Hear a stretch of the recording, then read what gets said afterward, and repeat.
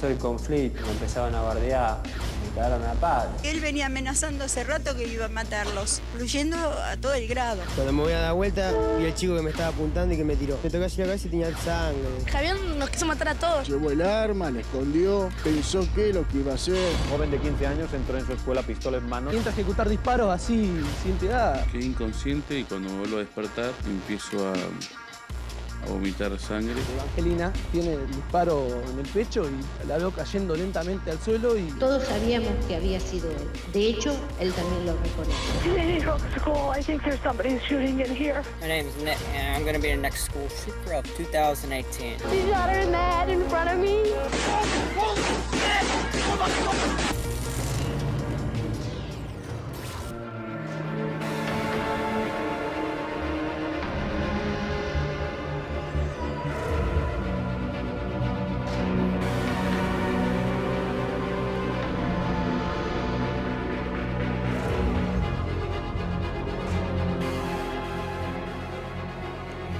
Alguien entra a una escuela y empieza a matar, sin razón alguna, muchas veces, a cualquiera. En Estados Unidos pasa 200 veces por año, 200 veces por año. Es una de las causas de muerte de jóvenes más alta que hay en el país del norte. Acá de a ratos decimos, bueno, tuvimos episodios, no tanto, y todo el tiempo hay algún conato. Ahora por primera vez en mucho tiempo tuvimos a alguien tratando de matar a la vicepresidenta. Estos fenómenos nos van a afectar cada vez más. Este mundo hostil, tremendo, de mucha confrontación, nos pone en peligro incluso en los colegios. De eso vamos a hablar hoy. Esta es la historia. Parado, Barro.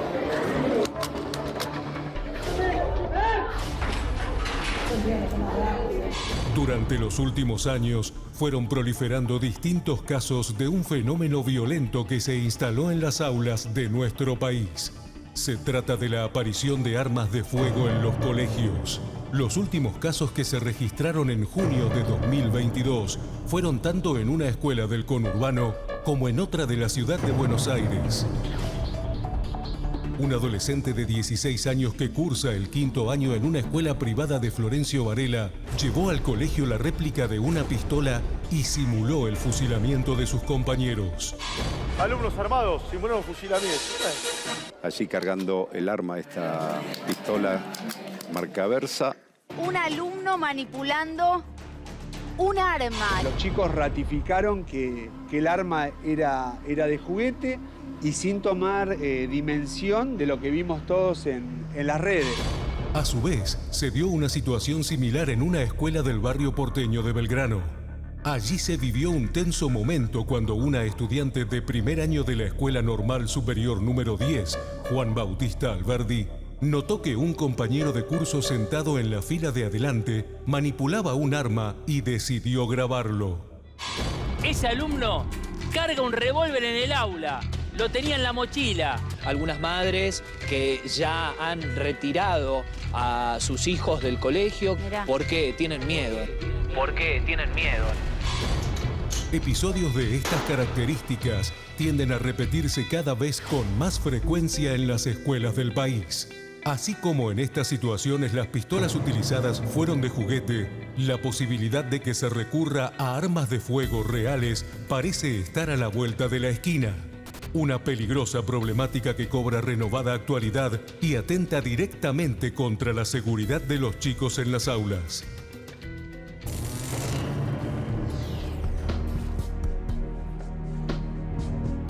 Doctor Torre, ¿cuánto peligro tenemos? Yo creo que mucho, porque esto tiene que ser evaluado aparte. Yo creo que es un triángulo de examinar los tres lados. Por un lado, las conductas de imitación. Sí. Porque la excesiva mediatización de este tipo de eventos fomenta de alguna manera su copia, lo que los americanos llaman el copycat, y nosotros aquí en Argentina llamamos las conductas de imitación criminal. El segundo lado sería el acceso a las armas.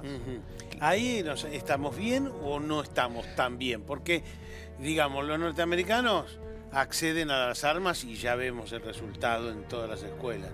Acá... Bueno, Argentina tiene un sistema de legislación y de normas que provienen del ANMAC con relación a llegar a las armas, pero siempre es a las armas lícitas. El problema son las armas ilícitas. ¿Pero hay tantas? Las hay. Sabemos que nunca ha sido una preocupación ni para los ministerios públicos ni para las fuerzas de seguridad en Argentina el contrabando de armas masivo como vemos en algunos países de Europa o Oriente Medio. No ha sido una preocupación, pero que hay un mercado negro de armas, esto es cierto, lo vemos en la delincuencia callejera, ¿verdad? Y además acabamos de ver, dicen que uno de los países más estrictos es Japón y acabamos de ver el asesinato con un arma casera, ¿no? Con un arma casera, bueno. Pueden usar un arma casera. Sí, claro, porque hay acceso no solamente a las armas, sino a los cartuchos, etcétera, ¿no? Y yo creo que el tercer lado tiene que ver con la personalidad de los intervinientes, con la personalidad de los autores de derecho. Cuando ese combo de alguna manera no está controlado, porque aquí no es solamente el Estado a partir de la prevención, sino también de la escuela, tratando de verificar esto que está ocurriendo. El asesor psicológico, digamos, el gabinete psicológico. El gabinete psicológico, el psicopedagogo, o las maestras en general, los profesores que tienen el contacto con los chicos. Todos sabemos que algunos casos de estos son situaciones de bullying, ¿verdad? Sí. Y hoy debe jugar algún papel el tema redes sociales. Absolutamente, absolutamente, en todo sentido. Cuando fue el caso que creo que vamos a ver esta noche, el caso de Carmen de Patagones, hubo una serie de conductas, de réplicas en todo el territorio nacional en diferentes geografías. Yo me ocupé en aquel momento de compilarlas. Un hecho en Misiones, otro hecho creo que en Santa Fe, otro en Corrientes, etcétera, de chicos que a partir de la hipermediatización del caso llevaron armas a la escuela. No con el mismo formato, no para provocar homicidios, ni mucho menos, pero de algún modo lo hicieron como réplica de este hecho central u original, ¿no? En la investigación que se hizo sobre la tentativa de homicidio contra Cristina Fernández de Kirchner, luce fotos de ellos exhibiéndose con las armas de quienes intentaron el asesinato. ¿Hay algo de eso? ¿Hay como, no sé si la palabra es erotismo de las armas, atracción de la excitación, yo no sé cómo? Algún momento lo hemos charlado, Tuni, esa exhibición que hacen con el arma, en realidad, que pasa a formar la tercera parte de esta pareja tan bizarra, tan complicada desde el punto de vista indudablemente de sus personalidades, por lo menos lo que surgió en el intercambio entre ellos de mensajes, etcétera. El arma, yo le dije que era como un fetiche, porque ambos se exhiben con el arma e inclusive fotografían el arma en particular. Esto es algo muy, muy curioso, porque de alguna manera ellos mismos generaron la prueba que los incrimina su participación en el hecho, ¿verdad? Como que se agrandan, se envalentonan, piensan que son más de lo que son por exhibirse con un arma. Claro, yo no quiero invadir las ciencias de la conducta, ¿verdad? Pero creo que opera como un fetiche, como una suerte de fetiche que de algún modo coagula en la pareja esta, porque los dos por separado se fotografían con el arma, ¿verdad? Esta es una de las historias más conocidas que tuvimos en la Argentina. Pan triste.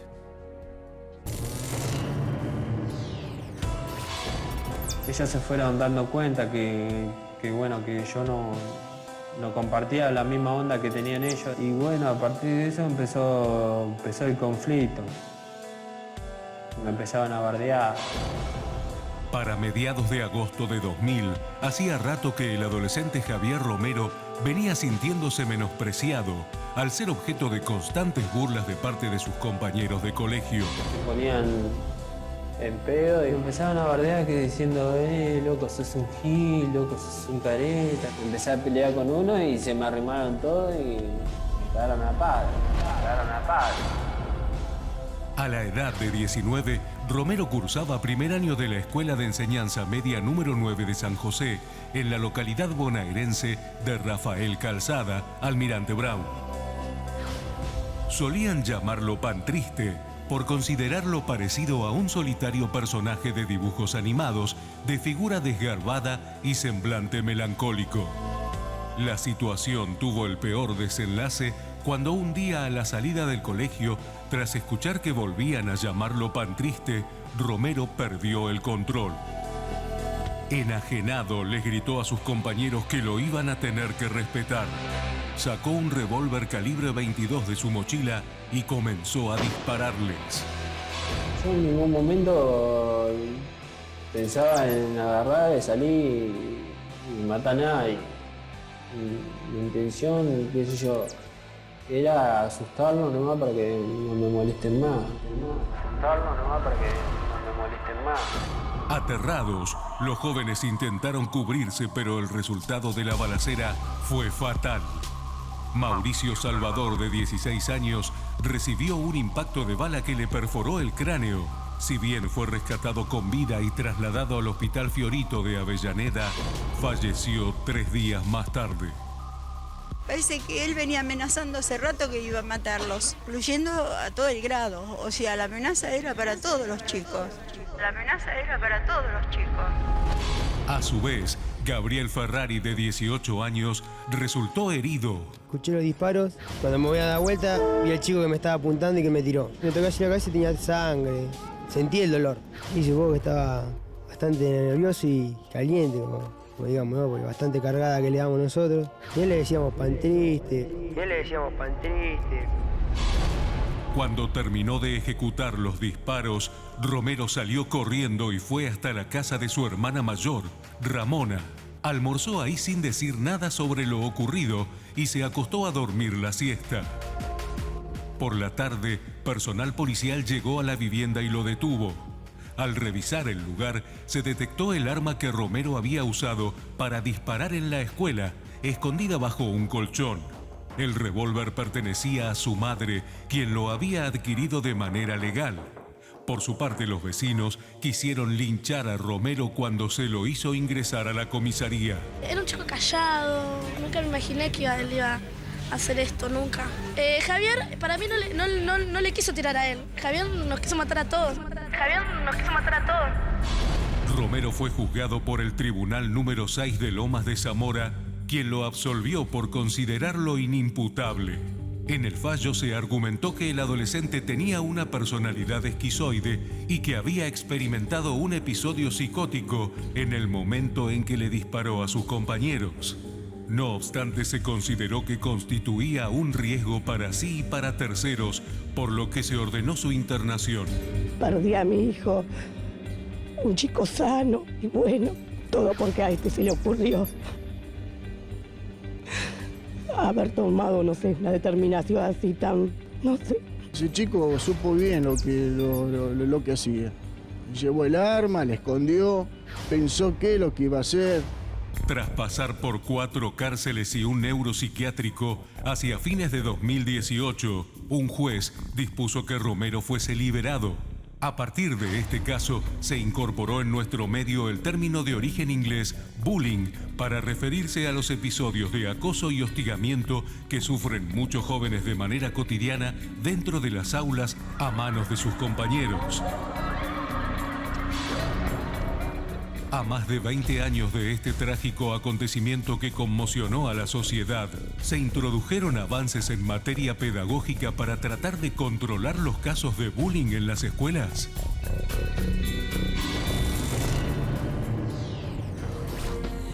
Pablo Morosi, periodista, gracias por estar acá. Digamos, ¿cuál fue tu enfoque? ¿Cómo lo viste? ¿Cómo lo abordaste? Bueno, yo creo que hay que agregar en el buen informe que acabamos de ver un elemento que me parece central, que tiene que ver con un recrudecimiento que hubo en esos años, de la segunda mitad de la década del 90 en adelante, en el conurbano, con el avance de la droga y con una política educativa que en términos generales parecía buena, que era incorporar en la matrícula de las escuelas a todos aquellos jóvenes que no accedían a la educación. Se construyeron muchas escuelas en la provincia de Buenos Aires, especialmente en el conurbano, y se introdujo esa matrícula. pero esa matrícula vino con una problemática social muy compleja. ¿De desigualdad? Para la cual los docentes no estaban preparados. Y esto tiene mucho que ver para que este y otros casos que hubo no pudieran ser previstos, digamos, no se pudiera ver de antemano que había un problema. ¿Pero porque acá jugó la desigualdad también? Sí, totalmente. ¿Jugó la desigualdad económica? Sí.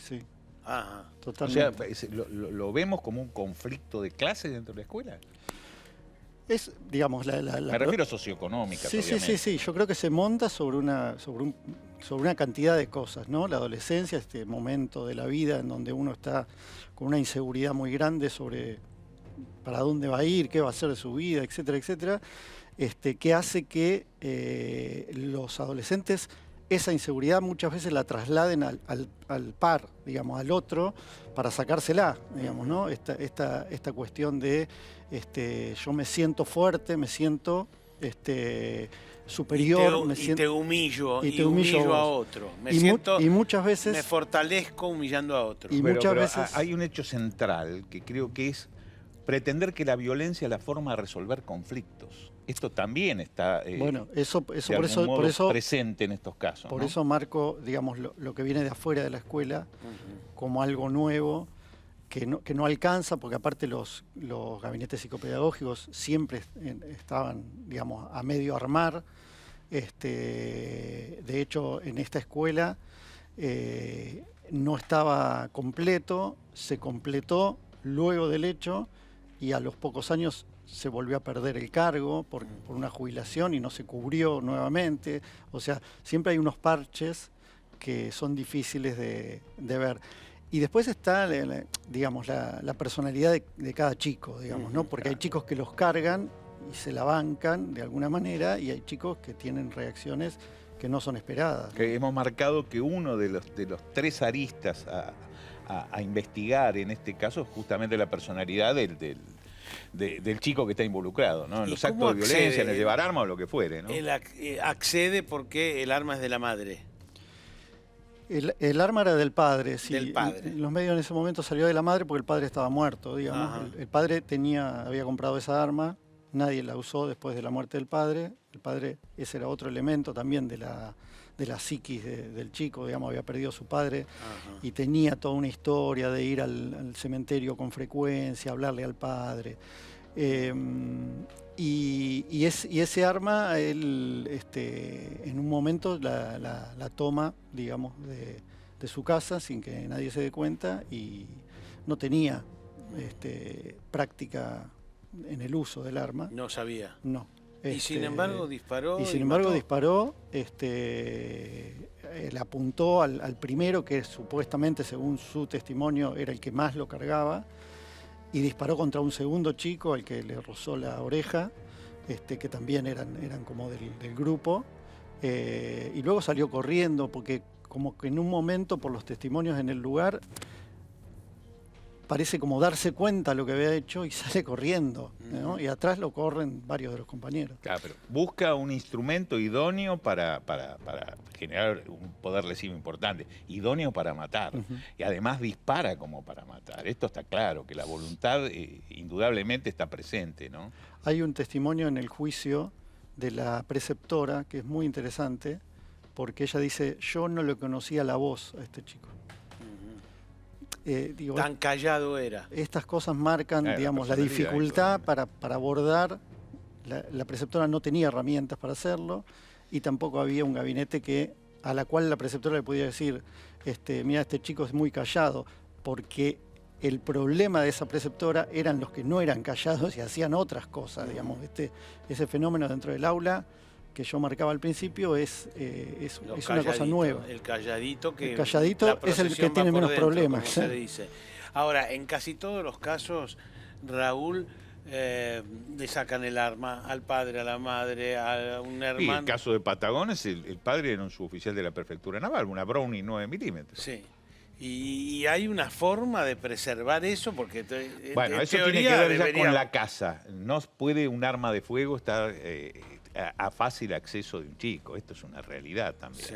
O sea, acá hay muchos actores sociales que de algún modo tienen que involucrarse en esto. Yo no tengo ninguna duda. Mirá, Tuni, estos hechos son prevenibles y también son predecibles, en la medida que el sistema funcione, ¿verdad? ¿Y qué? Yo tengo una pregunta, ¿no? Al periodista.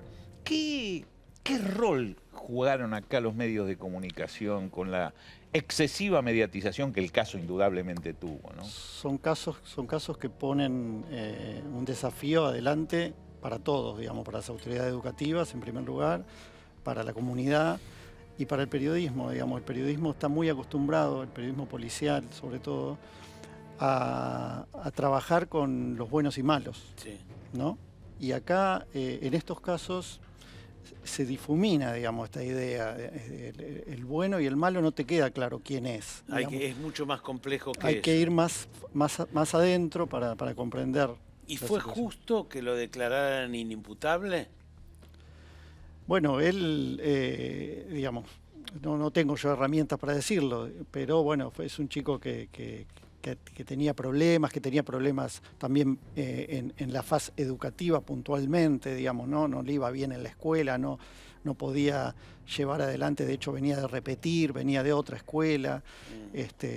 Bueno, sí, pero convengamos que aquí lo que manda la ley penal, el artículo 34 dice haber podido comprender la criminalidad del hecho o haber tenido la capacidad de dirigir sus acciones. Y Una u otra o ambas. Los jueces dijeron esquizoide o algo por el estilo. Bueno, comprender la criminalidad del acto, porque sí puede dirigir sus acciones, pero no comprende la criminalidad del acto. Ahora estuvo como 18 años entre internación, prácticamente internado. Eso te iba a decir. El otro gran desafío es qué hacer con estos chicos una vez que cometen ese hecho y no se puede evitar, digamos, ¿no? Porque el sistema tampoco está preparado para eso. Fíjate que si bien la ley de salud mental, que es bastante moderna, contemplaría la situación que hemos tenido en otros casos, no iguales, pero parecidos, como el del tirador de Belgrano, también un muchacho joven, etcétera, que había ya, de alguna manera, anoticiado su patología a los 18 años. Si bien está previsto, es cierto, no tenemos cantidad de institutos de contención luego para el tratamiento, ¿no? La justicia penal lo eximió de culpa. Él tuvo todo un derrotero en establecimientos penales, más que nada, más que neuropsiquiátricos. Ah, sí, finalmente estuvo en la parte de neuropsiquiátrico de Romero, pero, digamos, ¿no? Y estuvo más tiempo apresado, digamos, que su vida, que su propia vida, digamos. Claro, por representar un peligro para sí o para tercero, que Exacto. es el cliché de alguna manera. Y hoy mismo sigues con tutela, ya siendo adulto y no teniendo ninguna situación de detención. Tiene casi 40 años. Tiene una tutela de un juzgado de familia de La Plata. Es que en una situación así, el juez tiene la potestad de tenerlo privado de la libertad, bajo tratamiento, no en una unidad penitenciaria, de por vida. Hay casos donde ha ocurrido, ¿no? Sí, en este caso el cambio de lugares de detención también hacía que cambiaban los profesionales que lo trataban, con lo cual no hubo una continuidad. No, por ejemplo, en un tiempo le dieron pastillas, en otro tiempo le dejaron de dar pastillas, o sea, había como diferencias y hay en el expediente, se nota discusiones profesionales respecto de cómo tratarlo, que yo creo que no le han hecho bien en todo este tiempo. Digamos. Muchísimas gracias, Pablo. No, gracias a usted. Vamos al caso más fuerte que tuvimos en la Argentina, la masacre de Carmen de Patagones. Esta es la historia.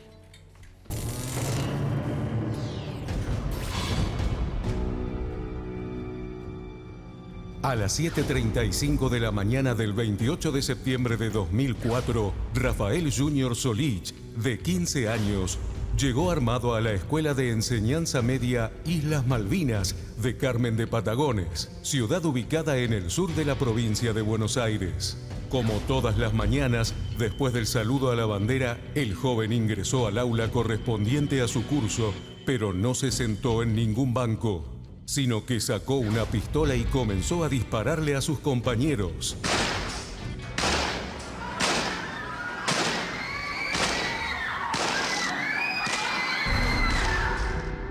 Su inesperado accionar le abrió paso a la tragedia.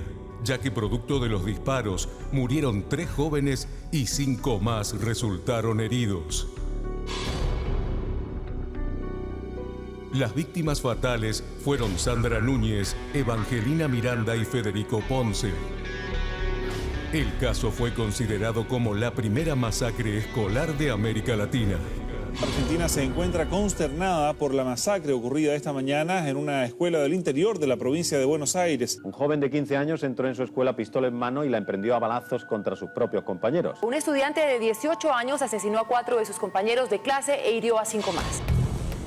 El arma utilizada por Solich fue una pistola Browning calibre 9 milímetros, perteneciente a su padre, suboficial de la Prefectura Naval Argentina.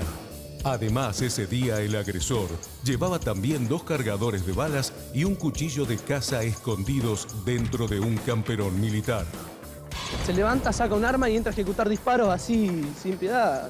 Evangelina tiene el disparo en el pecho y la veo cayendo lentamente al suelo y escuchamos algunos disparos más y en ese momento se le traba el arma. Quedé inconsciente y cuando me vuelvo a despertar empiezo a vomitar sangre, me paro, lo veo a Pablo tirado arriba de Fede y que daba signos de vida, que pestañeaba. Ahí lo veo a Junior, estaba arrodillado y Dante lo abrazaba. Este es Dante y es el mejor amigo de Junior. Es uno de los pocos que tenía acceso a su pequeño mundo. La jueza a cargo quería saber cómo fue que pudo convencer a Junior para que bajara el arma después de disparar y de matar a 3 de sus compañeros de colegio. ¿Sabía Dante lo que iba a pasar? ¿Qué le había contado Junior? A principios de ese mismo año, Rafael Solich, padre de Junior, se había presentado en el colegio para pedir ayuda en el departamento de psicopedagogía, ya que notaba que su hijo se comportaba de manera violenta y no lograba controlarlo. Lo manejó el gabinete con la señora Cristina Madsen, psicóloga, y con la señora Andrea de Francesco, asistente educacional. El año anterior, Junior se había escrito en el pizarrón del colegio "Todos van a morir", y en su banco se podía leer la frase "Lo mejor que podemos hacer los humanos es suicidarnos". Frases que pasaron desapercibidas en su momento, pero que reflejaban el desequilibrio que se estaba gestando en su psiquis. El joven tirador de Carmen de Patagones todavía no había cumplido 16 años cuando fue declarado inimputable por la jueza de menores de Bahía Blanca, Alicia Ramallo. Esta causa no es una causa penal, no tramita como una causa penal de mayores. Con lo que se había visto era más que suficiente, que todos sabíamos que había sido él. De hecho, él también lo reconoce. Pasó por el Instituto de Menores de Máxima Seguridad, El Dique, ubicado en Ensenada. Más adelante estuvo internado en una clínica psiquiátrica de las afueras de La Plata. No se conoce con certeza su paradero actual. A partir de la falta de reacción evidenciada frente a las señales que fue dejando Junior antes de perpetrar su ataque, ¿con qué herramientas debe contar un establecimiento educativo para poder detectar una conducta potencialmente peligrosa?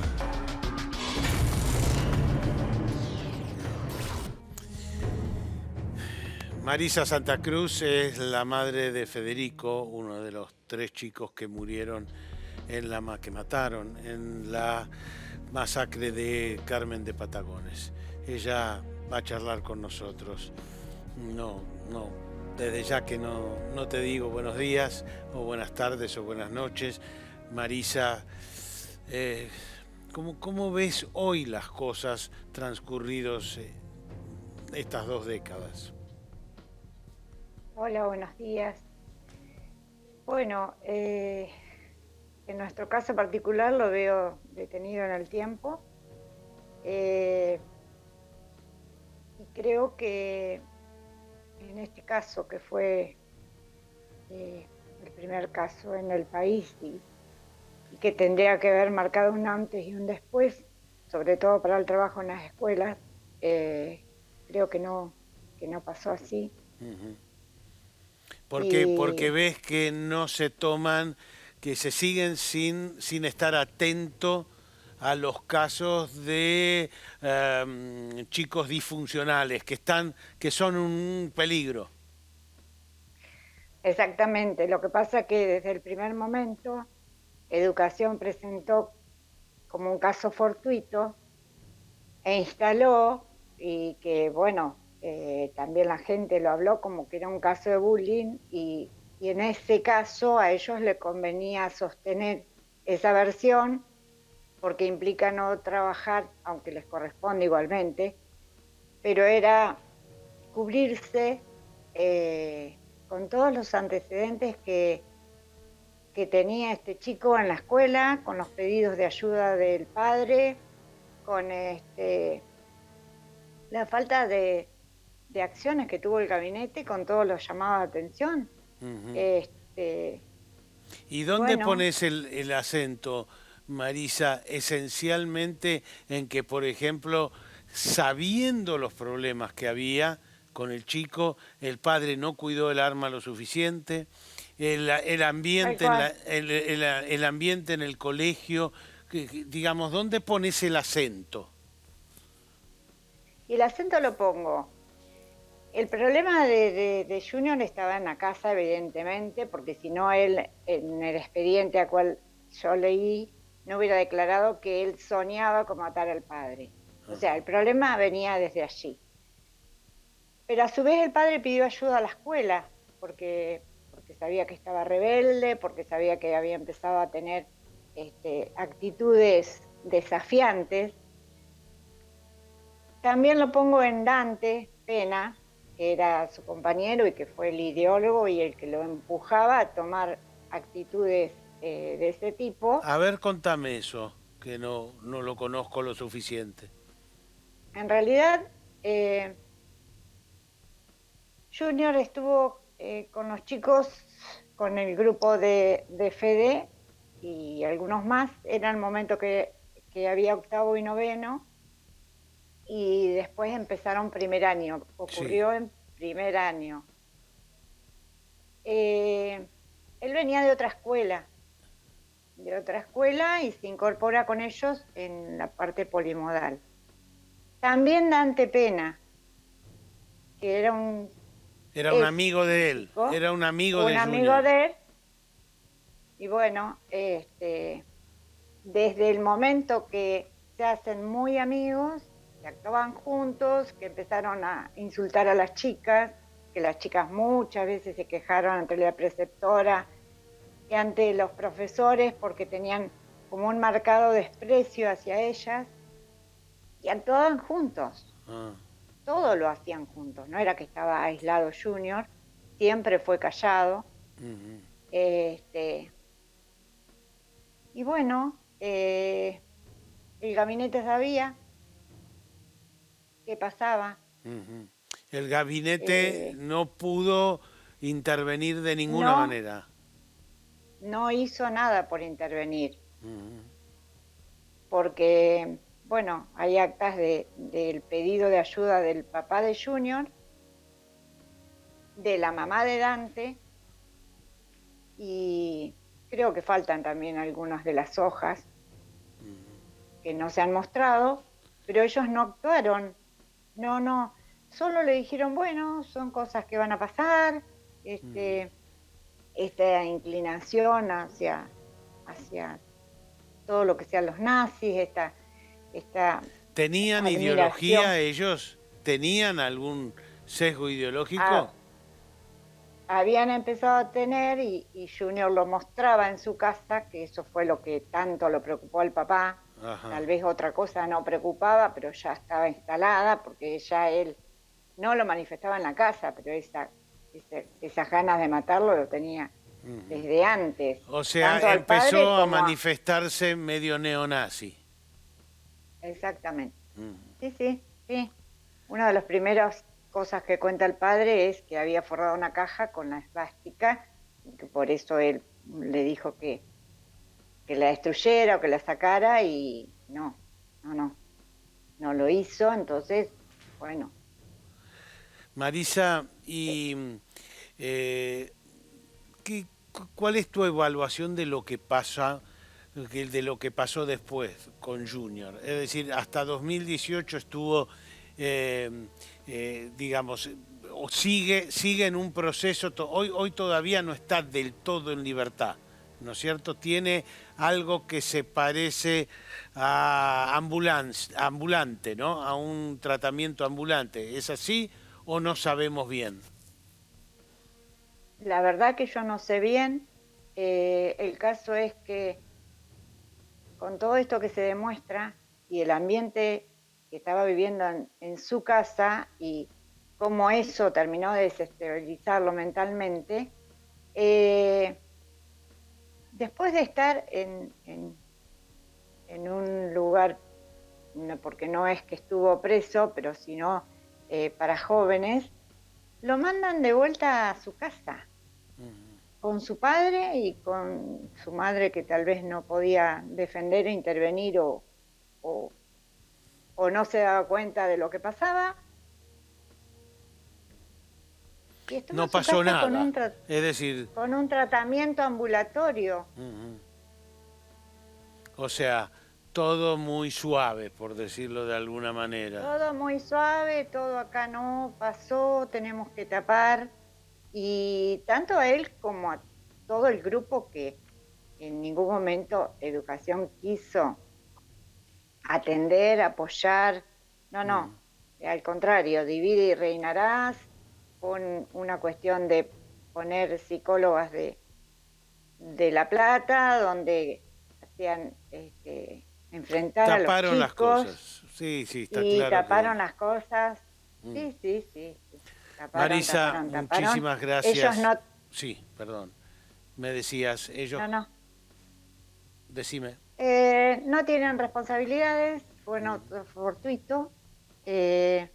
Igualmente en la parte civil, a los 17 años, porque fue el año pasado, la primera sentencia responsabiliza tanto a Educación. Una vergüenza, 17 años para una... 17 años, pero en julio pasó a la Cámara de Apelaciones y todavía está ahí. Sí. No, una vergüenza.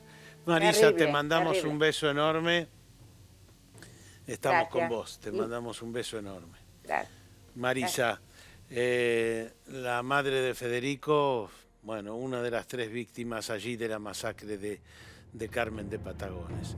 La pregunta es, esto, que por ahí nosotros hemos visto muertes en forma muy ocasional, por suerte, ¿estamos en peligro? Porque esto en el mundo empezó a rebotar muy fuerte, sobre todo en Estados Unidos. ¿Estamos en peligro?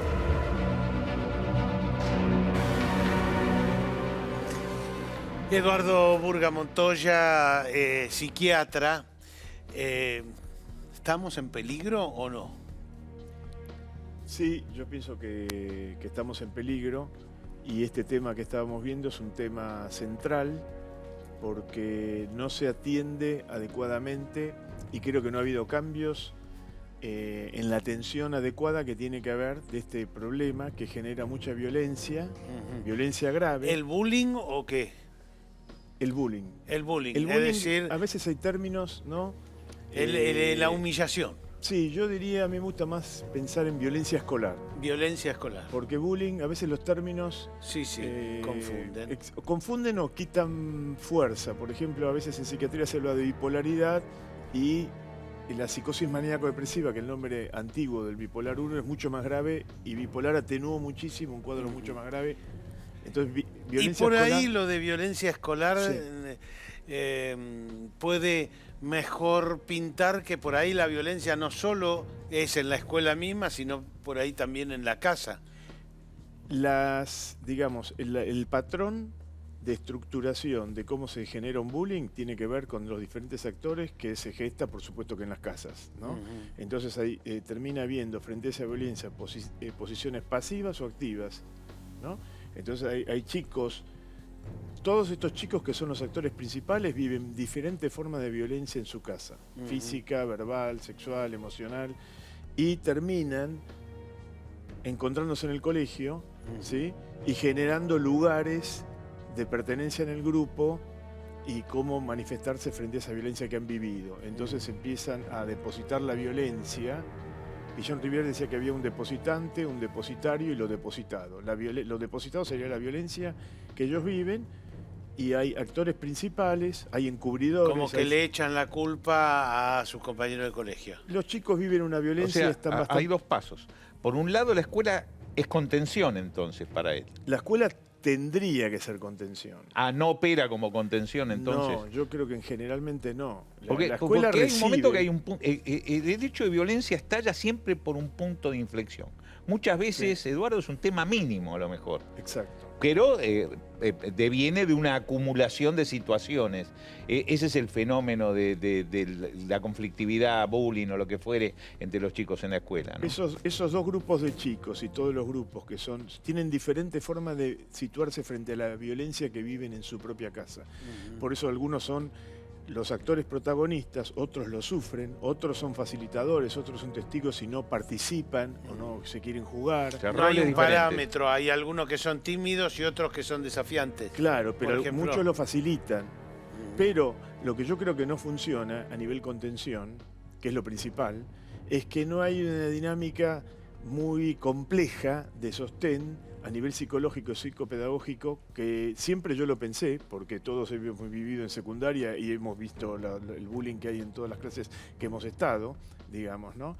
Entonces lo que uno observa que no hubo, retrospectivamente, es una dinámica grupal de comunicación donde se puede observar los psicopedagogos y el diálogo con los profesores, que identifiquen perfectamente los alumnos y cómo funcionan y que pueden neutralizar esta situación. Eso implicaría un gran compromiso que lamentablemente a veces los docentes, psicopedagogos, están agotados, están mal remunerados y no alcanzan a armar esta dinámica que... Ahora, un profesor de geografía, ¿cómo es que va a detectar gérmenes de violencia? Se detecta.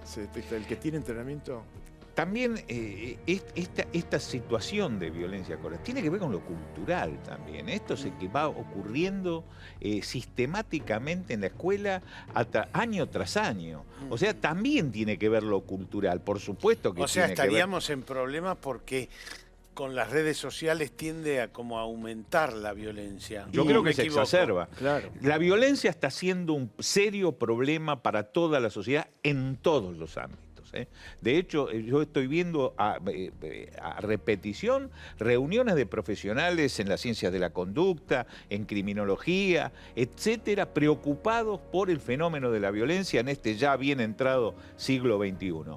Este es un factor, el de la violencia en la escuela, que nosotros realmente no veíamos. Yo creo que acá lo que hay que prestar atención es que hay que detectar los dos grupos, fundamentalmente la víctima y el victimario. Los profesores, si realizan un intercambio entre ellos, conocen perfectamente a los alumnos y los principales alumnos líderes o violentos. El problema está también en que habría, yo denomino cuadros límites, ¿no? Los cuadros límites que no... El borderline, que es el conocido como límite, porque borderline significa límite, pero el esquizoide, el esquizotípico, el paranoide, el borderline, yo los llamo cuadros límites a los 4, porque los 4 son los más graves y que pueden dar episodios psicóticos transitorios. O sea que estos chicos son chicos que justamente... En cualquier momento pasan ese límite. Exactamente, tienen un déficit estructural de su yo, que los hace muy frágiles, muy poco comunicativos y muy sufrientes, porque se aguantan, como decían recién, quizás no hablan ni se les escuchó la voz, pero tienen la característica de generar un resentimiento muy profundo que generalmente no explota en el momento como una persona, sí, un borderline que se enoja y se pelea, pero estos esquizoides, esquizotípicos o a veces paranoides, pueden cargarse negativamente muchísimo tiempo y un día empiezan a pensar en agarrar un arma y hacen un desastre, digamos, ¿no? Ahora, ¿cuánto de esa, un segundito, Tuni, nada más, cuánto de esa planificación para el hecho? Porque es algo a lo que estamos asistiendo. De alguna manera llega al límite, pero no se produce un estallido. Procura un arma, planifica, acecha, merodea y se produce el hecho. Lo que pasa es que está muy buena tu pregunta.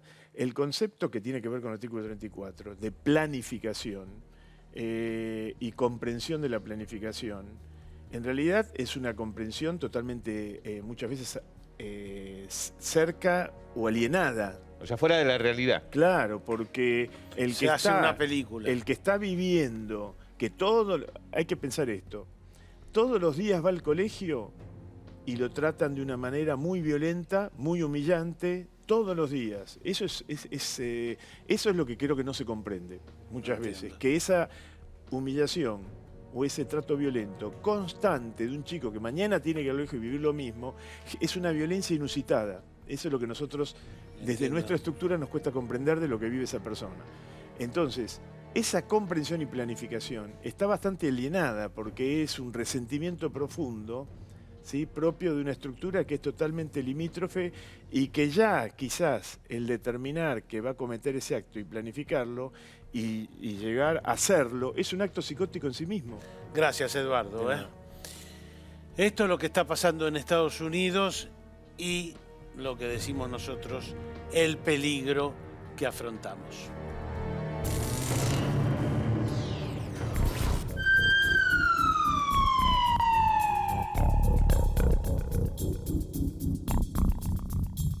Desde finales de los años 90 en Estados Unidos se registraron más de 60 episodios de tiroteos en escuelas que tuvieron como saldo víctimas fatales. Y con el paso del tiempo, lejos de revertirse, el problema se fue profundizando.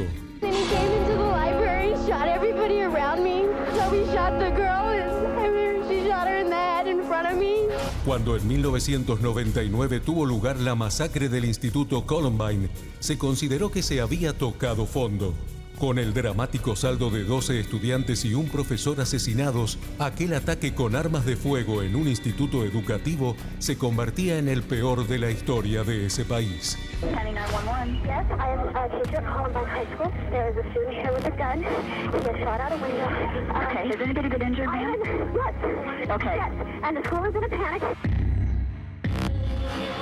Sin embargo, posteriormente ocurrieron 3 nuevos casos de tiroteos en colegios donde la cantidad de pérdidas humanas fue todavía mayor.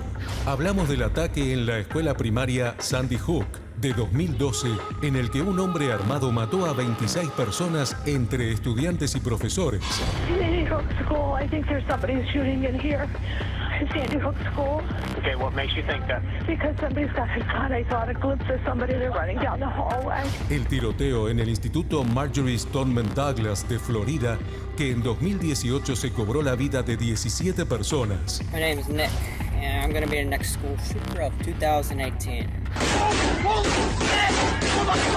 Oh my God! My goal is at least 20 people with an AR-15 and a couple tracer rounds. I think I can get done. El asalto a la escuela primaria Rob de Uvalde, en Texas, donde el 24 de mayo de 2022 fueron asesinados 19 chicos y 2 adultos. Salvador asistía a la secundaria del pueblo. Vecinos afirman que tenía pocos amigos y era víctima de bullying. Vivía con sus 2 abuelos maternos en una casa cercana a ambos planteles. En números, Estados Unidos es un país con 329 millones de habitantes, donde la cantidad de armamento en manos de civiles asciende a 393 millones de armas, según datos de 2018. En este marco existen diversos estudios que vinculan una normativa restrictiva en cuanto a la tenencia de armas de fuego con un descenso del número de homicidios y asesinatos de niños. Sin embargo, aún no se ha motorizado una ley que restrinja su comercialización. En los últimos 20 años se han perpetrado 220 tiroteos en escuelas primarias y secundarias de ese país. I am sick and tired of it. We have to act. When we passed the assault weapons ban, mass shootings went down. When the law expired, mass shootings tripled. As a nation, we have to have the courage to take action. Como consecuencia de estos violentos episodios, 128 personas perdieron la vida y 258 resultaron heridas, en su mayoría chicos y adolescentes. ¿Por qué se producen de manera constante tiroteos en establecimientos educativos de Estados Unidos? ¿Cuál es el perfil de los agresores? ¿Qué características propias de la sociedad estadounidense posibilitan analizar este fenómeno? un fenómeno norteamericano o qué podemos hacer nosotros para evitar esto? Yo creo que es un fenómeno universal y de alguna manera la prevención, porque estos hechos, yo insisto, son predecibles y prevenibles. ¿Prevención qué significa? ¿Prevención en el colegio o prevención con el tema de las armas? En la escuela, en la familia, las armas, los medios de comunicación, en realidad se tiene que comprometer toda la sociedad indudablemente. Sin embargo, hay como una olla de presión, de bronca, de confrontación. Todo eso es un caldo de cultivo, ¿no? La violencia a la que estamos asistiendo en este siglo XXI, indudablemente, y pensar que la violencia es la forma de resolver conflictos. Nosotros deberíamos afrontar esto pensando que esto nos va a llegar. Yo creo que ya llegó. ¿Ya llegó? La violencia está presente en nuestro medio. Ya hemos tenido casos, hemos tenido conducta de imitación. Tenemos que prestarle muchísima atención. Gracias, doctor Torres. Gracias, Tuni. Este es nuestro desafío, ¿eh? Ojo, ojo que está creciendo la bronca, ojo que ya hemos tenido un atentado contra una vicepresidenta. Ojo, ojo, ojo. Hasta la próxima.